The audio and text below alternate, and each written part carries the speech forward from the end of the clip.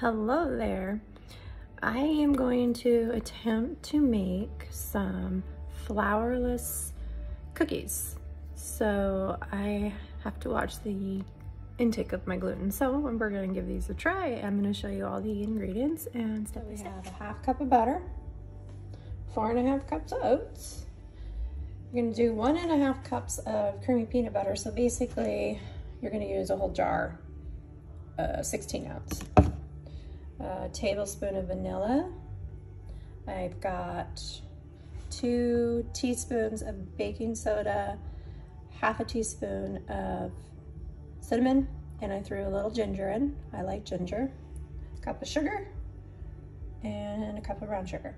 And then we're gonna throw some M&Ms on top. So we're gonna have some M&M oatmeal cookies. 3 eggs. I don't buy my eggs from the store. I get my eggs from a local source. So you might actually find it cheaper to buy from a farm, and they're gonna be better. Make sure your butter is room temperature, and I had to soften it up a little bit. Don't melt it, just get it soft so we can cream everything together. I started the oven at 350.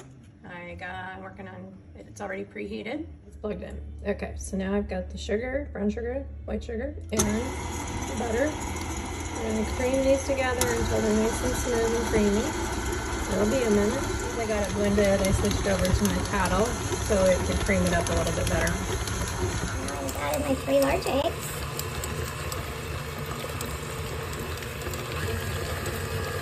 Get that all mixed up. Eggs are all incorporated. Now we're going to add the vanilla.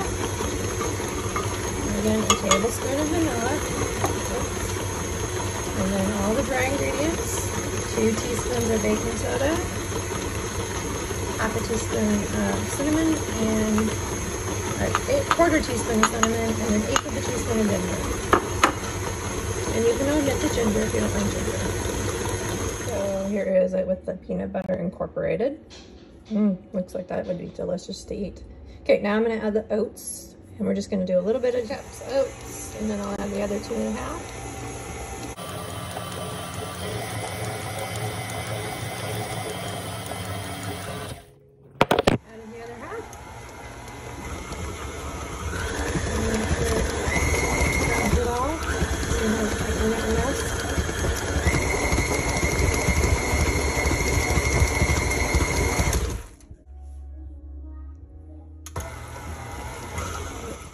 Looking good. The mixture looks like.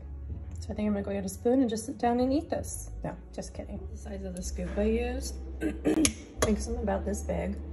Then I just use the back to push them down. You can make these how big you want. This is where you can get creative. I just put little mini M&Ms on them, but you can get really creative. You do want to make sure that you either spray the pan with whatever spray you like, oil it, or parchment paper, silicone, the silicone baking sheets. I wish I had some. I don't, or I'd use those. Oven kind of cooks different. You know, everybody knows how their oven cooks. I have the 2 here. I just switched them, and I go 8 and then 10, so that way one doesn't get overcooked. And you're gonna do 18 minutes total, 18 to 20, depending on how you want them. 18 soft, 20 will be crispy. I pulled mine out about 2 minutes early because they're smaller and I didn't want to burn them. So depending on the size, if you make them bigger, they need a little longer. If you make them smaller, they're gonna need a little less. So just keep an eye on them. It's hot. Yep, that one got burnt because it was on the bottom. This one was on the top. So yeah, you just gotta keep an eye on them. Almost. This batch I didn't put in as long. You can tell it's a lot lighter because the other one is a little drier, so I'm gonna have to sample this one and see how. These ones are darker and a little drier because remember, these are flourless. So we're going to sample this one and see if it's not as dry.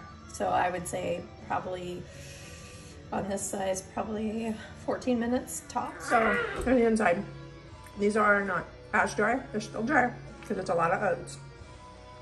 But when we omit the flour for gluten-free, we'll get there. I'll keep trying.